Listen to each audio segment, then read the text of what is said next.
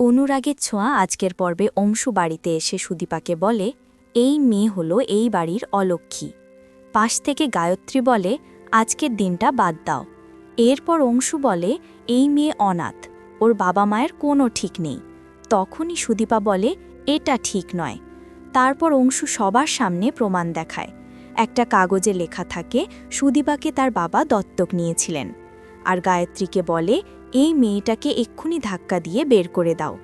পাশ থেকে পরমা বলে, এরকমটা করো না, তোমরা কেউ কিছু বলছো না কেন? আদিত্য, তুমি কিছু বলো। এরপর আদিত্য বলে, আমি সুদীপার স্বামী আর ও আমার স্ত্রী। এ বাড়ি ছেড়ে ও কোথাও যাবে না।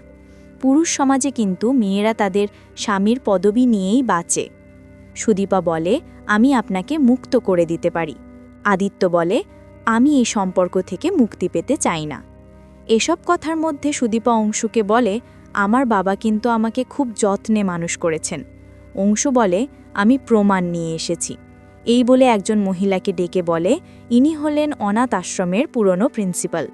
তারপর সেই প্রিন্সিপাল সবার সামনে বলে, সুদীপাকে তার বাবা দত্তক নিয়েছিলেন। আর গায়ত্রীকে তার বোন ভেবে নিয়ে বলছি, আমি তো আজকে সাক্ষাৎ মা লক্ষ্মীর দর্শন পেলাম। এই তো ওরা দুই বোন। এ কথা শুনে পরমা বলে, আমি ওর বোন নই, আমার মা বাবা আছে। প্রিন্সিপাল বলে, তাহলে আমি ভুল বুঝেছি। এরপর সুদীপা তার পিসির কাছে গিয়ে বলে, উনি যা বলছেন তা কি সত্যি? সুদীপার পিসি বলে, হ্যাঁ, তোমাকে কেন নেওয়া হয়েছিল জানো? কারণ বৌদি মারা যাচ্ছিল। তোমাকে দেখে বৌদি শান্তিতে মরতে পেরেছে। তুমি আসার পর থেকেই বাড়িটা মাতিয়ে রাখতে পেরেছ।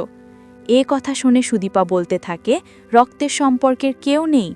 আমার যে বোনের কথা উনি বলে গেলেন তাকে অন্য কেউ নিয়ে গেছে। আমাদের একসঙ্গে কেন নিয়ে গেলেন না? কেন? তো বন্ধুরা, এই ছিল আজকের পর্বের গল্প। গল্পটি ভালো লেগে থাকলে লাইক দিও, কমেন্টে তোমাদের মতামত জানাও, আর আমাদের পেজ ও চ্যানেলটি ফলো ও সাবস্ক্রাইব করতে ভুলো না। দেখা হবে আগামীকালকে নতুন পর্বে। ততক্ষণ পর্যন্ত ভালো থেকো। টাটা।